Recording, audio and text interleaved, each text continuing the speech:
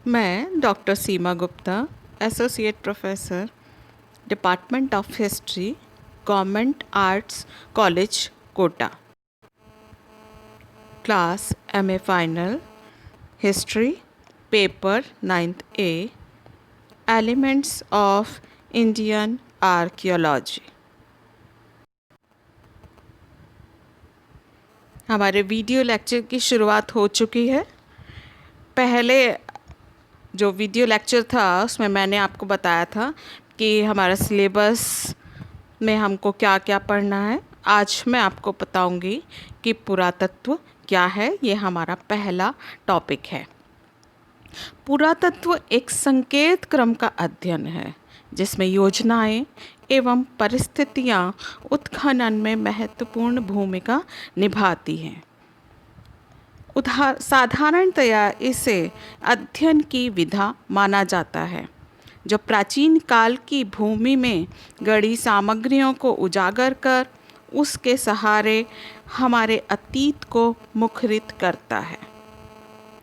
पर यह जान लेने पर कि पुरातत्व क्या कुछ हमारे अतीत के लिए करता है, यह भी जानना आवश्यक है कि पुरातत्व है क्या। तो पुरातत्व को अंग्रेज़ी भाषा में आर्कियोलॉजी कहा जाता है। यह यूनानी भाषा के दो शब्दों आर्कोइस तथा लोगोस से मिलकर बना है। आर्कोइस का अर्थ है पुरातन और लोगोस का अर्थ है ज्ञान। इस प्रकार इसका शाब्दिक अर्थ है पुरातन ज्ञान। किंतु पुरातत्व शब्द का प्रयोग मात्र इसी संकुचित अर्थ में नहीं किया जाता, परंतु आज इसका क्षेत्र अत्यंत व्यापक हो गया है। यह वह विज्ञान है जिसके माध्यम से पृथ्वी के गर्भ में छिपी हुई सामग्रियों की खुदाई कर प्राचीन काल के लोगों के भौतिक जीवन का ज्ञान प्राप्त किया जाता है। इस संबंध में विभिन्न विद्वानों द्वारा दी गई पुरातत्व की परिभाषाओं पर दृष्टिपात करना भी आवश्यक प्रतीत होता है। तो हमारे बहुत सारे जो पुरातत्व शास्त्री हैं उन्होंने अपने अपने शब्दों में इसकी परिभाषा दी है। तो सबसे पहले मैं बताऊंगी कि गार्डन चाइल्ड क्या कहते हैं पुरातत्व के बारे में। वो कहते हैं कि भौतिक अवशेषों के माध्यम से मानव के क्रियाकलापों का ज्ञान ही पुरातत्व है। लियोनार्ड कोटेरल के अनुसार मानव द्वारा छोड़े गए अवशेषों के माध्यम से ज्ञात उसकी कहानी पुरातत्व है।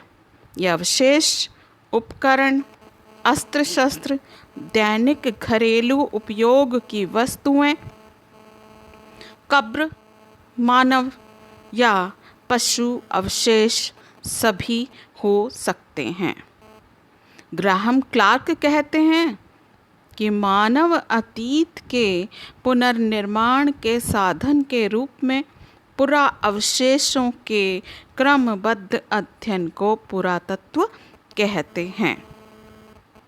प्रसिद्ध पुरातत्व शास्त्री प्रोफेसर बी लाल के अनुसार पुरातत्व विज्ञान की वह शाखा है जो अतीत की मानव संस्कृतियों को व्याख्यायित करती है। Doctor HD. संकालिया कहते हैं कि पुरातत्व प्रधानतः पुरावशेषों का ही अध्ययन है।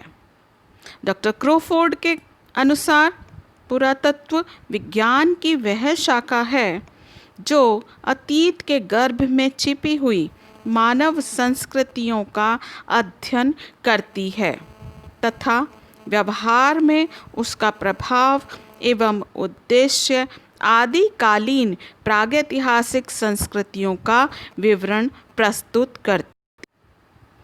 इसी प्रकार लियोनार्डो वुली पुरातत्व का लक्ष्य मानव सभ्यता के विकास को खोजना और उन्हें प्रदर्शित करना बताते हैं। पुरातत्व उत्खननों से प्रतिवेदित कंकालीय तथा भौतिक अवशेषों के आधार पर प्राचीन मानव तथा उसकी संस्कृति की उत्पत्ति, उत्थान, पतन का अध्ययन है। पुरातत्व का अध्ययन विषय मानव की हस्तकला के अवशेष हैं, परंतु वास्तव में एन.सी. नेल्सन के अनुसार पुरातत्व मनुष्य तथा उसकी संस्कृति की उत्पत्ति, प्राचीन अवस्था तथा विकास से संबंधित समस्त भौतिक अवशेषों का अध्ययन है।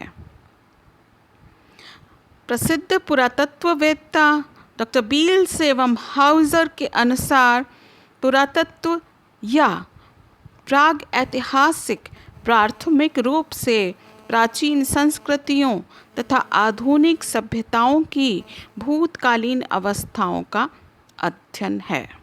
डॉक्टर विब्रांट कहते हैं कि पुरातत्व मानव ज्ञान की वह शाखा है जिसने पृथ्वी के नीचे दबी खंडहरों में सिमटी प्राचीन मानव संस्कृति के अवशेषों को उखाड़कर विश्वसनीय विषय सामग्री प्रस्तुत की है। इसके विपरीत डॉक्टर के.एम. श्रीवास्तव कहते हैं कि मानव के विभिन्न उपकरणों, औजारों तथा उसकी अन्य उपयोगी सामग्री जो भूमि में एक अंतराल से प्रकृति एवं जलवायु में सुरक्षित हैं, उनके अध्ययन से मानव के अतीत के विभिन्न चरणों के विकास का वैज्ञानिक अध्ययन ही पुरातत्व है। तो अब हम सामान्य अर्थ में अगर हम देखें, साधारण रूप से पुरातत्व का अर्थ यह है कि जिस युक्ति से धरती में दबे इतिहास के पन्नों को उजागर किया जाता है उसे पुरातत्व कहा जाता है। पुरातत्व सुस्पष्ट भौतिक अवशेषों के अध्ययन का विषय है।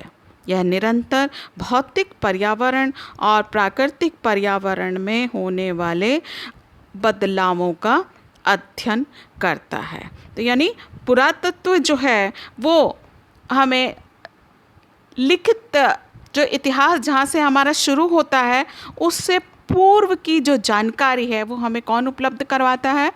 पुरातत्व उपलब्ध करवाता है। इसलिए हमें पुरातत्व के बारे में जानना बहुत आवश्यक है, तभी हम इतिहास को पूर्ण रूप से जान पाएंगे। ये था हमारा पुरातत्व के बारे में लेक्चर, और नेक्स्ट उसमें मैं बताऊंगी आपको कि इसका क्षेत्र और इसका महत्व